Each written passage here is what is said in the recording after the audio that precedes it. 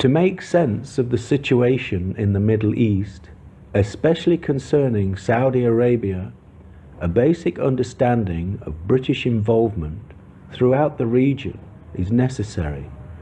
With a strong sense of unity and stability inherent within traditional Islam, the British Empire sought ways to undermine the Ottoman Empire and fragment Sunni Muslims.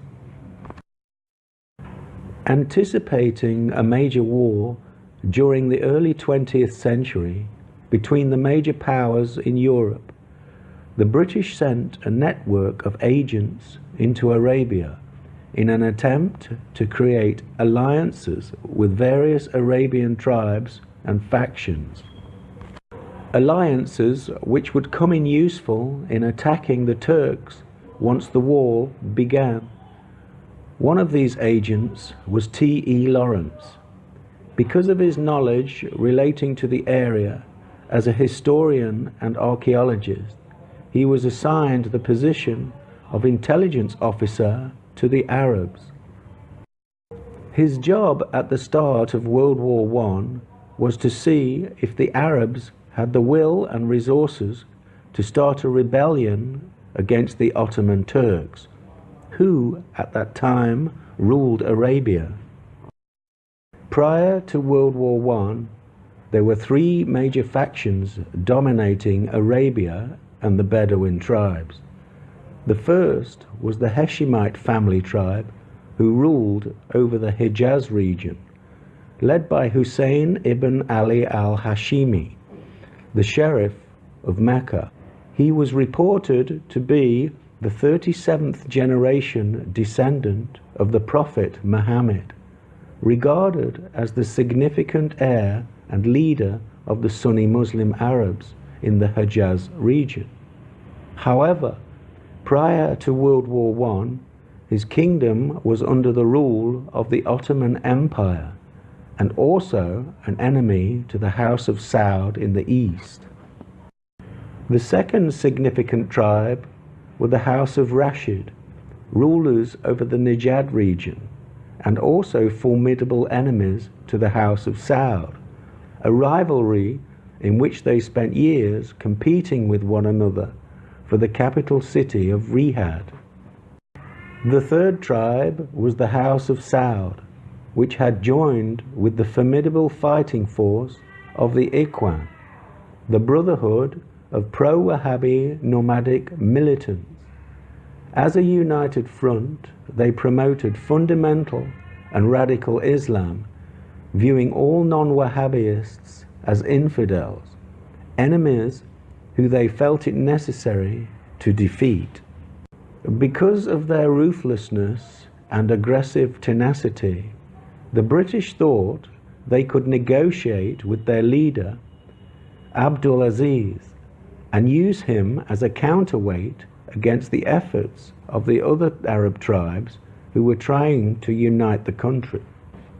In 1915, the Treaty of Darren was signed between the British and Abdul Aziz, an agreement which made the lands of the House of Saud a protectorate of the British Empire.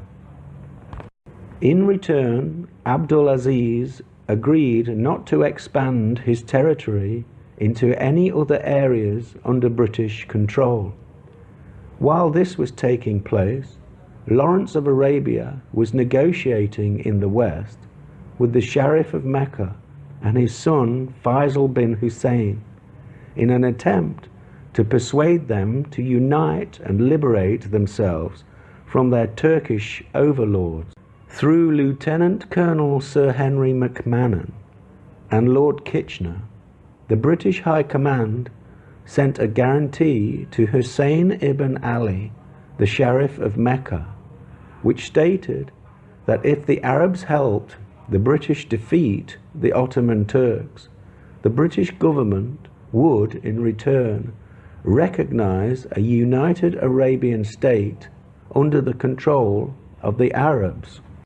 Great Britain would, in exchange for support from the Arabs of Hejaz, guarantee the independence, rights and privileges of the Sharifate against all external foreign aggression. in particular that of the Ottomans. Believing that the Western Arabs would not be able to sustain an attack on the Turks for long, the British did not take their agreements with the Arabs seriously. While the Western Arabs were being cajoled by the British to help fight the Turks, the Sauds were given instructions to sit and wait, holding on to Riyadh and the area they had seized in 1913 around the port city of Al-Hafuf, and not to get involved in the Arabian revolt in the west. Under the pretext of a new united Arabia, together with British supplies of hardware and munitions, the Sharif of Mecca, the genuine descendant of the Prophet Muhammad, rallied what Arabs he could and began an offensive against the Ottoman Turks.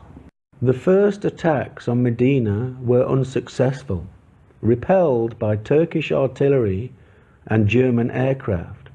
However, as more munitions poured in at the request of T.E. Lawrence, the Arabs gained new momentum. They decided to leave the Turks in Medina isolated and went north towards their ultimate goal of Damascus. The Sharif of Mecca called upon Auda Abu Taya, a former warrior for the house of Rashid, to come and help in the Arab revolt. Auda was regarded as one of the greatest warriors of his day. Furthermore, if the Arabs were to succeed, they would need all the help they could get. A plan was put in place to attack the Red Sea port of Aqaba at the northwest tip of the Hejaz. Auda, along with 500 Arab warriors, devised a surprise attack on the Turkish garrison on the edge of the city. On the 2nd of July, 1917, the Turks fell, with 300 of their soldiers being slaughtered at the expense of a handful of Arabian warriors. The attack was such a success, the British High Command started to take the Arab revolt seriously. With Aqaba now in the hands of the Arabs, British and Allied forces were able to use the port to bring supplies and troops for a further push north in an attempt to liberate Jerusalem and Damascus from the Ottoman Turks. While all this fighting was taking place, the British High Command back in England were hatching secret plans of their own. In May 1916, together with the French, the British produced the Sykes-Picot Agreement, an arrangement which, in the event of victory, redefined and shared the northerly territories of Arabia between the two major powers, neglecting any legitimate claims made by the Arabs. Also, in November 1917, Lord Balfour, as Foreign Secretary, wrote to Lord Rothschild, the head of the international banking cartel, promising the Zionists, in the event of victory, the area of land known as Palestine. Although the Arabs thought they were fighting for their freedom and independence, the European powers had other plans. When Lawrence of Arabia, fighting alongside the Arabs, found out about these secret agreements, he was furious. Realizing the magnitude of deceit to which he was caught up in, not only towards the Arabs, but also to him personally, he had no other choice but to keep the information to himself. For my work on the Arab front, I had determined to accept nothing. The cabinet raised the Arabs to fight for us by definite promises of self-government afterwards. Arabs believe in persons, not in institutions. They saw in me a free agent of the British government and demanded from me an endorsement of its written promises. So I had to join the conspiracy, and For what my word was worth assured the men of their reward. In our 2 years' partnership under fire, they grew accustomed to believing me and to think my government, like myself, sincere.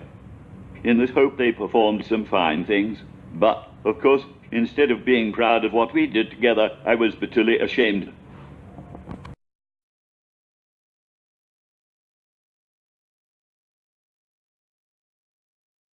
In the summer of 1916, there were around 30,000 Arabs united in the struggle against the Ottoman Empire. By 1918, that number had grown to over 50,000. The overall casualty figure is unknown, but many lost their lives in an effort to bring freedom to the country. Ashamed of his predicament, Lawrence, without spilling the beans, told Faisal Hussein if they could get to Damascus before the British, then they would be in a strong position to hold on to their independence. It was evident from the beginning that if we won the war, these promises would be dead paper. And had I been an honest advisor of the Arabs, I would have advised them to go home and not risk their lives fighting for such stuff. At the end of 1917, the British forces moved on Jerusalem. After victories against the Ottomans and seizing control of towns along the way, most of the Turks had abandoned the city by the time the British arrived. While the British were strengthening their position in Palestine, the Arabs under Faisal were making plans to reach Damascus. This would take time, as there were still many towns and villages to liberate along the way. By the time the British and Arabs reached Damascus, in October 1918, the Turks, knowing what was coming, had fled, and the new Emir Faisal was chauffeur-driven into the city as the head of the new independent Arabian government. Over the next few weeks, Faisal became aware of the British secret negotiations with the French and the Zionists through the Sykes-Picot Agreement and the Balfour Declaration. He felt bitterly betrayed, objecting strongly to their deceit and underhand tactics. He walked out on many meetings with the British, who were trying to negotiate a new settlement.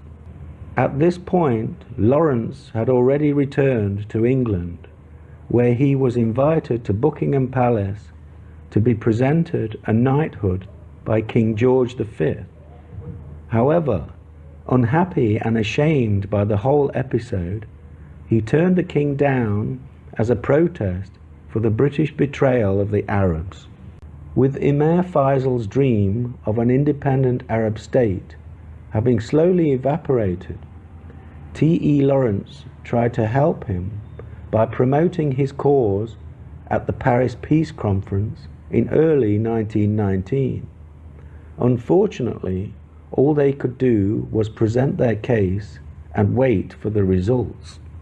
During the Paris Peace Conference, Chaim Weizmann, president of the Zionist movement, approached Emir Faisal to sign an agreement for amicable cooperation between Arab and Jews within the Middle East, especially concerning Palestine. This agreement was known as the Faisal-Weizmann Agreement, a document which was used by the Zionist delegation at the 1919 Peace Conference to stress that Zionist plans for Palestine were given prior approval by the Arabs. Faisal believed that by accepting the proposals for a Jewish state and creating mutual agreements and allies, he could increase the probability of achieving an Arab statehood for his own people. He wrote, "Dear Mr. Frankfurter, I want to take this opportunity of my first contact with American Zionists to tell you what I have often been able to say to Dr. Weizmann in Arabia and Europe. We feel that the Arabs and Jews are cousins in having suffered similar oppressions at the hands of powers stronger than themselves. and by a happy coincidence have been able to take the first step towards the attainment of their national ideals together. The Arabs, especially the educated among us, look with the deepest sympathy on the Zionist movement. Our deputation here in Paris is fully acquainted with the proposals submitted yesterday by the Zionist organization to the peace conference, and we regard them as moderate and proper. We will do our best, insofar as we are concerned, to help them through. We will wish the Jews a most hearty welcome home. With the chiefs of your movement, especially with Dr. Weizmann, we have had and continue to have the closest relations. He has been a great helper of our cause, and I hope the Arabs may soon be in a position to make the Jews some return for their kindness. We are working together for a reformed and revived Near East, and our two movements complete one another. The Jewish movement is national and not imperialist. Our movement is national and not imperialist, and there is room in Syria for us both. Indeed, I think that neither can be a real success without the other. People less informed and less responsible than our leaders and yours, ignoring the need for cooperation of the Arabs and Zionists, have been trying to exploit the local difficulties that must necessarily arise in Palestine in the early stages of our movements. Some of them have, I am afraid, misrepresented your aims to the Arab peasantry and our aims to the Jewish peasantry, with the result that interested parties have been able to make capital out of what they call our differences. I wish to give you my firm conviction that these differences are not on questions of principle, but on matters of detail such as must inevitably occur in every contact of neighboring peoples, and as are easily adjusted by mutual goodwill. Indeed, nearly all of them will disappear with fuller knowledge. I look forward, and my people with me look forward, to a future in which we will help you and you will help us, so that the countries in which we are mutually interested may once again take their places in the community of civilized peoples of the world. Believe me, yours sincerely, SGD, Faisal.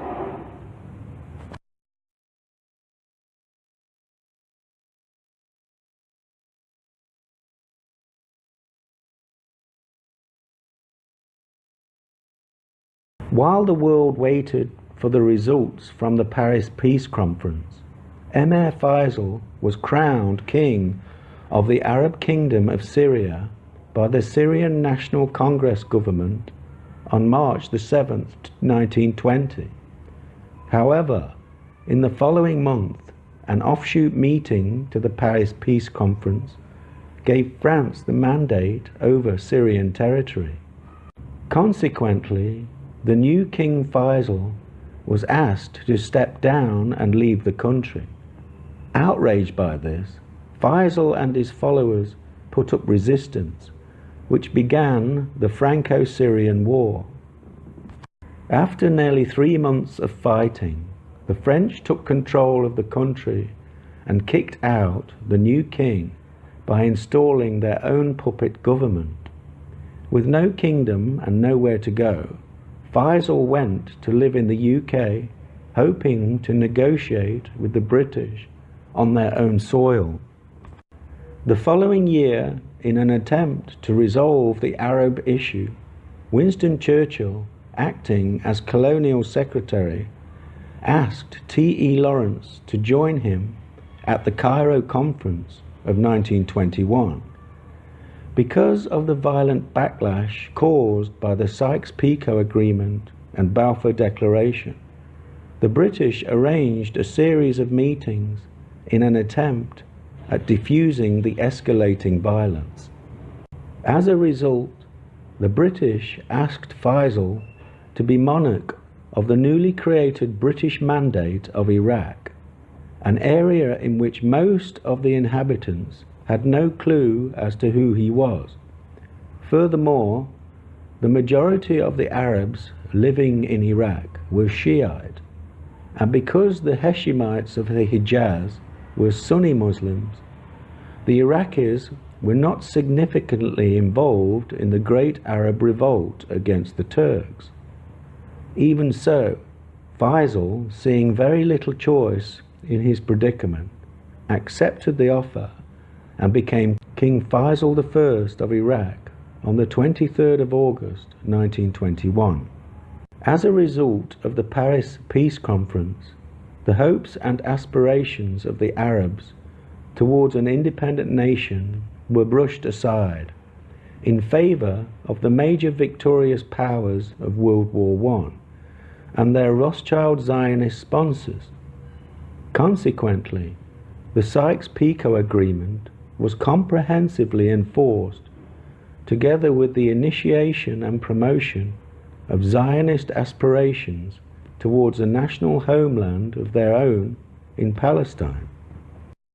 The old policy of divide and rule was playing out yet again in favour of the British Empire's move towards global governance.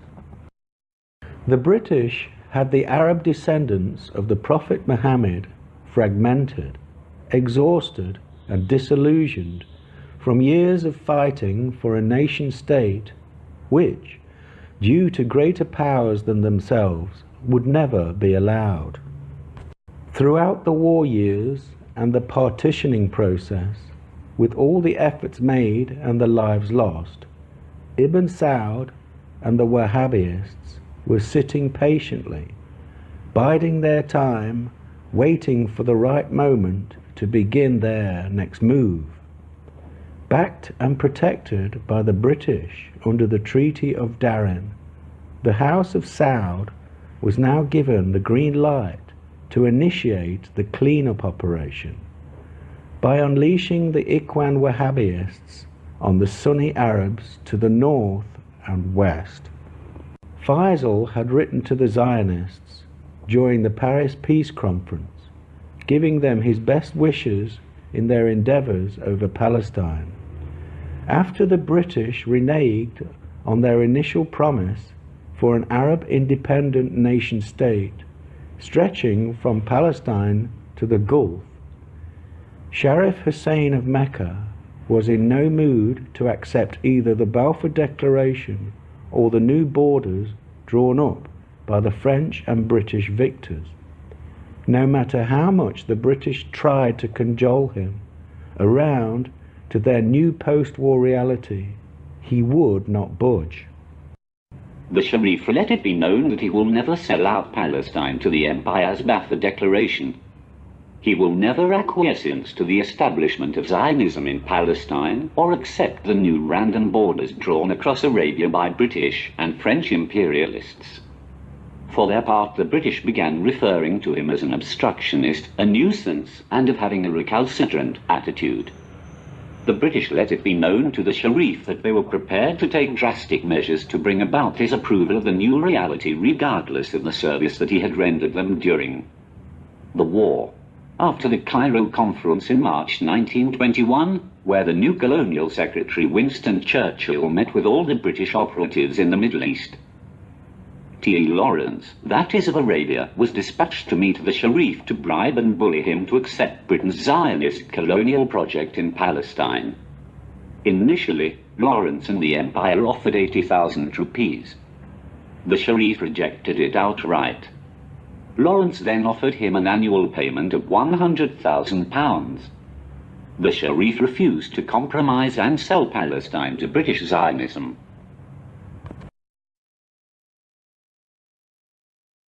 When Lawrence could see that no amount of bribery was working on Sharif Hussein of Mecca, he changed tact and threatened him with an Ibn Saud takeover. Churchill had previously spoke to the Sharif's son, the Emir of Transjordan, Abdullah bin al-Hussein, during the Cairo Conference in 1921. Churchill made it clear to Abdullah that he must make an effort to persuade his father into accepting the new proposals. If he did not, the British would unleash Ibn Saud against Tejas. Ibn Rashid of the House of Rashid and ruler over the Kingdom of Najd, who throughout 1920 had expanded his territory north towards the borders of Palestine, also rejected these new proposals offered by the British. As a consequence, the British were worried about another Arab alliance making trouble for them in the future. By December 1920, the British were sending Ibn Saud a monthly allowance of £10,000 in gold bullion, which is equivalent to $500,000 in today's money. This also came with thousands of rifles, field guns, and ammunition supplies.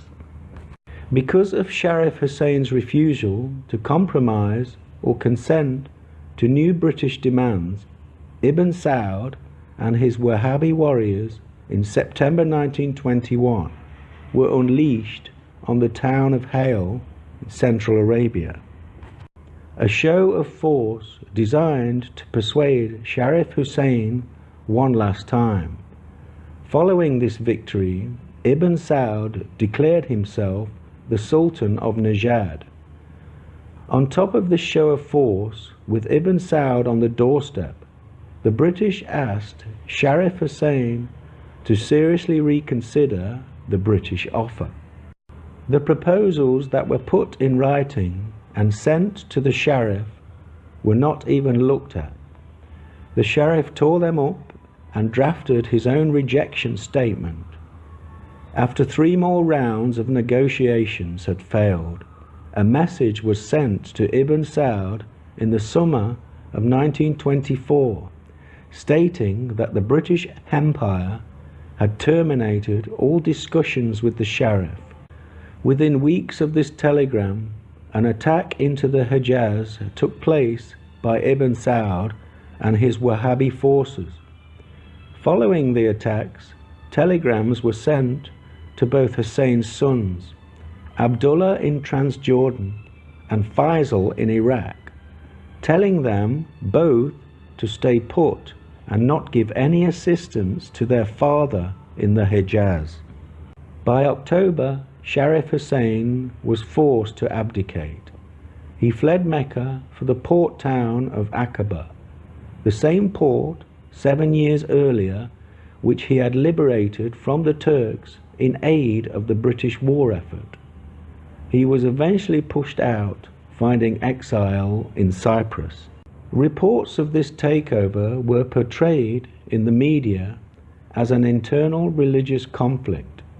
No mention was made of British geopolitical objectives, a tactic still in use today, as the rest of the area is decimated and divided, allowing no future union or expansion of traditional Islam, a religious tradition which once created the Islamic Golden Age of Enlightenment. By the end of 1925, the Hejaz had been conquered by Ibn Saud and his band of fanatical warriors. On the 10th of January, he declared himself to be king of the Hejaz. The following year, he also announced himself king of the Najd. Both kingdoms were now firmly under his control. Because Wahhabism is such an extreme and perverted version of Islam, traditional moderate ways of living, which had been enjoyed for over 1,000 years, came to an abrupt end. The Wahhabists' ruthless, fundamental and conservative approach to life made them a feared force among the people who had just been conquered. A number of the extreme fundamental elements at the top of the Ikhwan movement were becoming increasingly unhappy with Ibn Saud's close relationship with the British Empire and saw it as collusion with the enemy or the infidel. Consequently, a revolt erupted in 1927, rebelling against the authority of Ibn Saud himself. Over the next 3 years, clashes would erupt between forces loyal to Ibn Saud and the 10,000-strong Ikhwan warriors. Without the help of the British and Kuwaiti forces, Ibn Saud and his new kingdom could have been overrun by an even more ruthless enemy. By 1930, the revolt had been quashed, and by 1932, the two kingdoms of Najd and Hejaz had been brought together under the one kingdom now known as Saudi Arabia. A few years after the Cairo conference, T.E. Lawrence lost interest in his military career and took early retirement.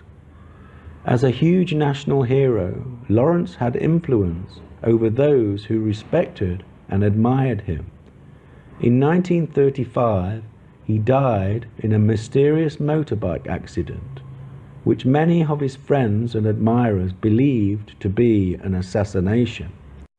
During this period, he was aligning himself with Oswald Mosley, the leader of the British fascist movement. On the day of the accident, he was on his way to see his friend Henry Williamson, a Hawthornden Prize winner, who was negotiating a future meeting between Adolf Hitler and Lawrence. Churchill attended his funeral. Looking back at the divisions and fragmentations imposed on traditional Islam over the centuries, one can't help but suspect that outside influences of a sinister nature have played a major part in the slow decline of a once powerful religious ideology. As a competitor to the expansion and hegemony of other religions, such as Christianity and Judaism, it could be argued that some versions of Islam we see today have been undermined, deviating so far from their initial roots that even the Prophet Muhammad would have difficulty recognizing them. Because of its once glorious, formidable, united past, Islam has been targeted by satanic forces for a slow, incremental, divisive demise. The Wahhabists have, throughout the years, developed a reputation for merciless brutality, with a desire not only to kill people, but to destroy artifacts and relics of our ancient history. This is all very contradictory to the activities of the Muslims during the Islamic Golden Age, where they went out their way to bring together ancient history, philosophy, and science in order to preserve it. It is my belief that the globalization project is still funding and utilizing extreme elements of Islam to this day, not only as a mechanism of division in a physical sense, but also as a tool to sow seeds of mistrust and Islamophobia in the minds of non-Muslims throughout the world. These extreme factions, which do not represent traditional Islam, are being groomed and used by satanic organizations to undermine the old system of sovereign nation states in an effort to create the chaos necessary to promote the globalists' new system of global governance. The modern private central banking system, a usurious enterprise, is the foundation which underpins modern globalization, which is dominated by the Rothschild banking family, a dynasty which was founded in the mid-18th century. This banking dynasty, which through debt influences the present and future prosperity of each nation's economical and political positioning within world commerce. Through government borrowing, conditions are placed on loans offered by the IMF and World Bank, which slowly maneuver these countries towards political, social, and financial parity with one another. This is the main tactic used to steer each country towards their place within the one-size-fits-all mono-mechanism of globalization. For the global financial usurious monetary system to be complete, everyone must be under its control. This is one of the main reasons why Islam is targeted by Western powers due to its religious laws forbidding usury. Over the past 2 centuries, the British Empire teamed up with the Rothschild Zionist banking cartel to promote each other's interests as they expanded the empire. The banking cartel would supply the money necessary for war and conquest, while the British would make each country under its rule safe for usury to prosper. After the fall of Arabia to the House of Saud, resistance to the global financial system built on usury diminished. According to Islamic scholar Imran Hossein, the modern world of Islam has become impoverished and enslaved by riba. Since 1924, however, riba has penetrated the total economic life of Muslims all around the world. The financial imperialism inherent in riba has delivered the entire world of Islam by its very throat into the hands of enemies with sharpened knives. Indeed, all of mankind is now trapped in the world of riba. Riba has impoverished the masses in the entire Muslim world. Riba has rendered Muslims powerless to resist financial blackmail. Because of riba, Muslims now live a collective life not entirely dissimilar to slavery. He who pays the piper continues to call the tune. Riba has paralyzed us.